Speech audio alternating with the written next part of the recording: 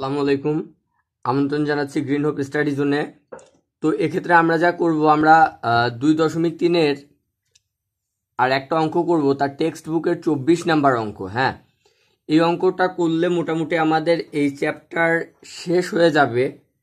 আর দুইটা যে সৃজনশীল আছে 25 এবং 26, এই সৃজনশীল দুইটা যথাক্রমে 2.1 এবং 2.2 রিলেটেড। হোপফুলি তোমরা এই অঙ্ক দুটো করতে পারবে।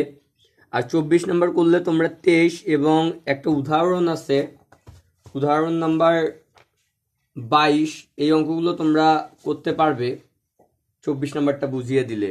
তো সেক্ষেত্রে আমরা 24 নাম্বারটা নিয়ে কথা বলবো। দেখো তোমরা 24 নাম্বার অঙ্কটা কি বলেছে। 120 মিটার দীর্ঘ একটি ট্রেন 330 মিটার দীর্ঘ একটি সেতু অতিক্রম করবে। ট্রেনটির গতিবেগ ঘন্টায় 30 কিলোমিটার হলে সেতুটি অতিক্রম করতে ট্রেনটির কত সময় লাগবে? তো যে বিষয়টা হচ্ছে, ধরেন এইটা একটা সেতু, এটা একটা সেতু, আর ধরে নেওয়া যাক এটা একটা ট্রেন, এটা একটা ট্রেন। হ্যাঁ,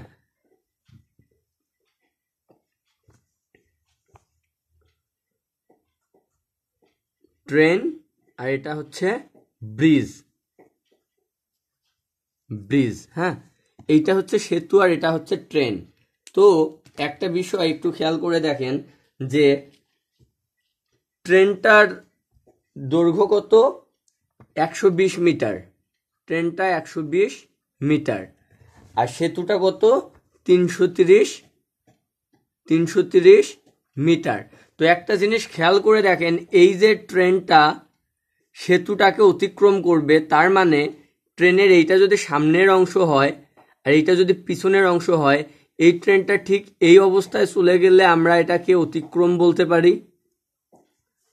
এই অবস্থায়, পিছনের অংশটা, ট্রেনের পিছনের অংশটা এটা, সামনের অংশটা এটা হলে আমরা এটাকে অতিক্রম বলতে পারি, এ পাশ থেকে এই পাশে অতিক্রম। তো ট্রেনটাকে মোট কি পরিমাণ দূরত্ব অতিক্রম করতে হবে? সেতুটার দূরত্ব অতিক্রম করতে হবে। আর ট্রেনটা 120 মিটার, এই 120 মিটার পথ অতিক্রম করতে হবে ট্রেনটাকে।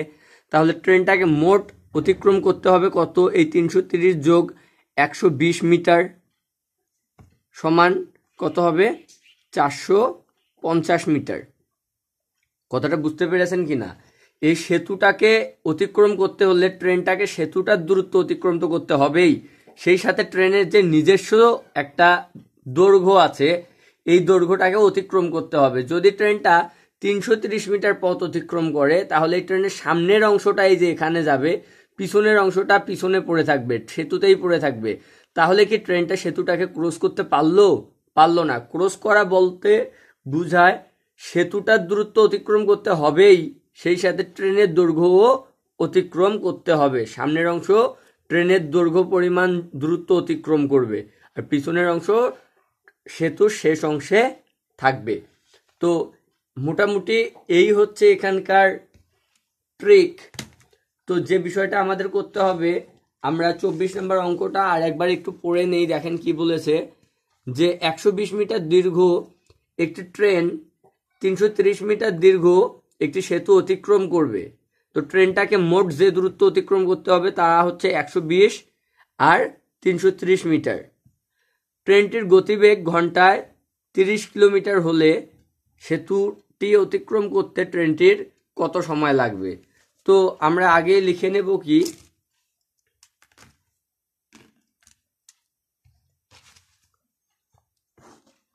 দেয়া আছে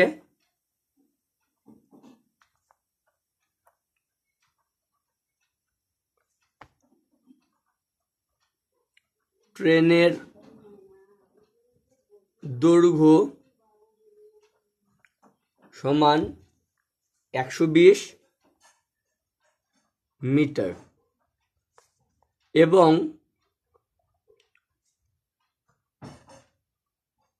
সেতুর দৈর্ঘ্য সমান 330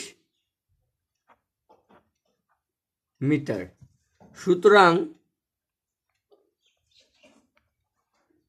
ট্রেনটিকে মোট অতিক্রম করতে হবে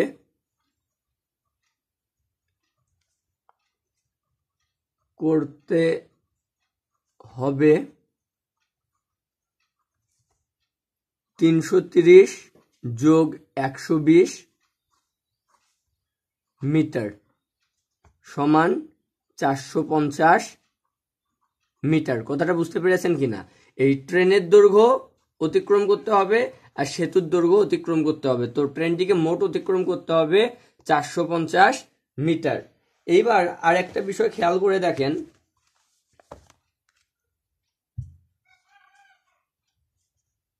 ট্রেনটির গতিবেগ ঘন্টায় 30 কিলোমিটার হলে, ঘন্টায় কত কিলোমিটার? 30 কিলোমিটার। তো সবার আগে আমরা 30 কিলোমিটারটাকে মিটারে প্রকাশ করব। আমরা জানি কি জানি আমরা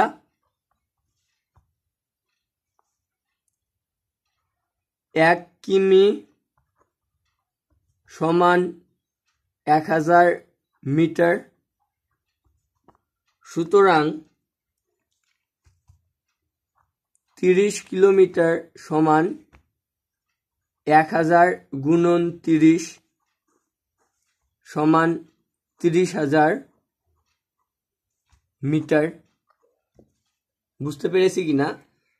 শুধুমাত্র কিলোমিটারটাকে মিটারে প্রকাশ করলাম।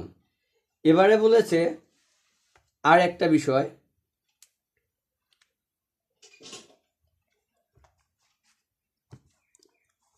আবার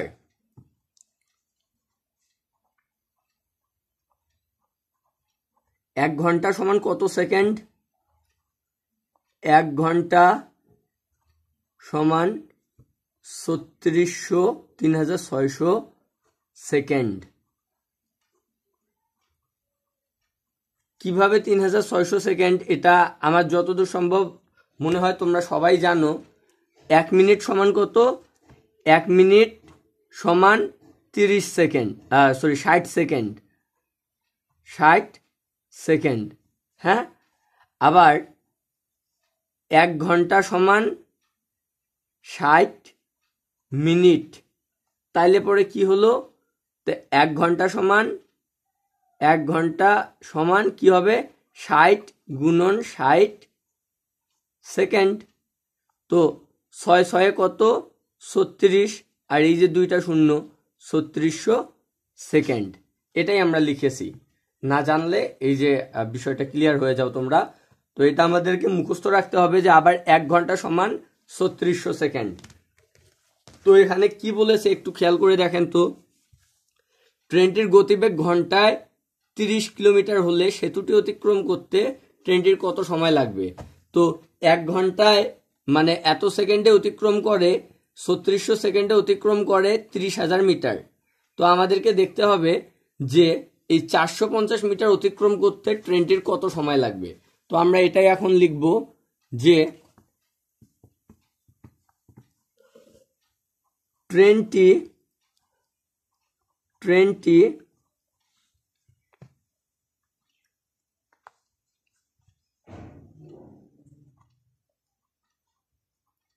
30,000 মিটার অতিক্রম করে 3600 সেকেন্ডে।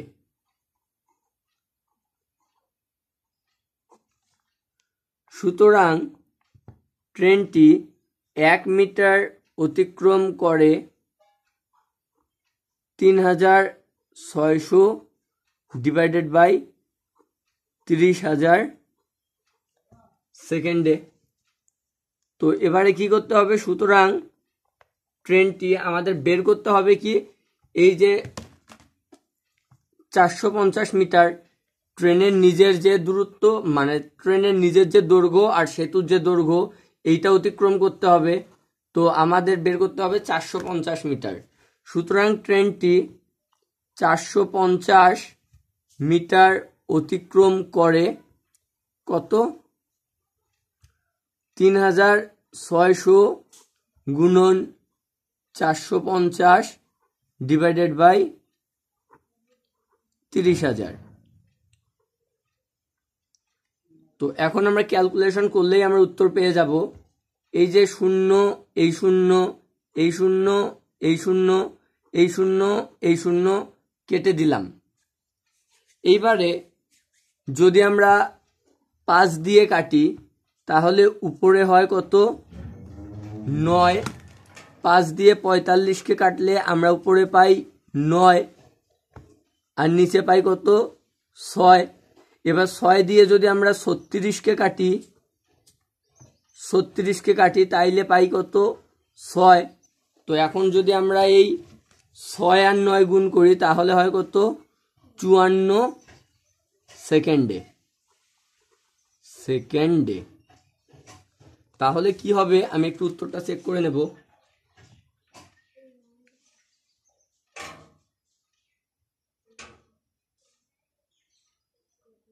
চব্বিশ নম্বর 54 সেকেন্ড। হ্যাঁ ঠিক আছে। তাহলে কি লিখবো আমরা এখন? সুতরাং ট্রেনটির সেতুটি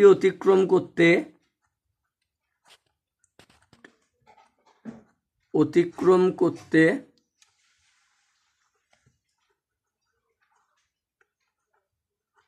সময় লাগবে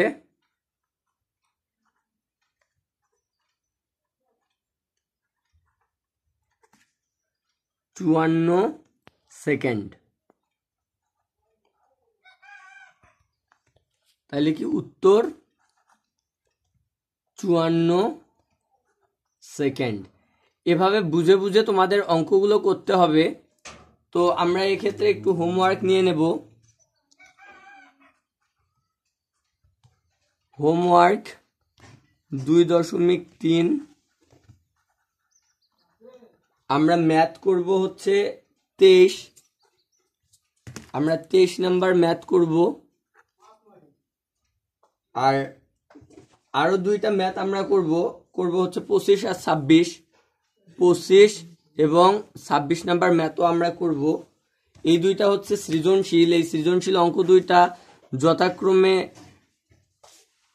2.1 আর 2.2 রিলেটেড। এই অঙ্ক দুইটা সৃজনশীল দুইটা আমরা করব অবশ্যই। আর একটা আমরা এক্সাম্পল করব, তা হচ্ছে এক্সাম্পল 22।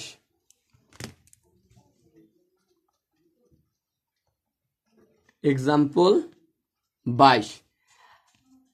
তো যে বিষয়টা আমাদেরকে করতে হবে, আমরা ম্যাথগুলো খুব ভালোভাবে করব। আমাদের মোটামুটি চ্যাপ্টার শেষ।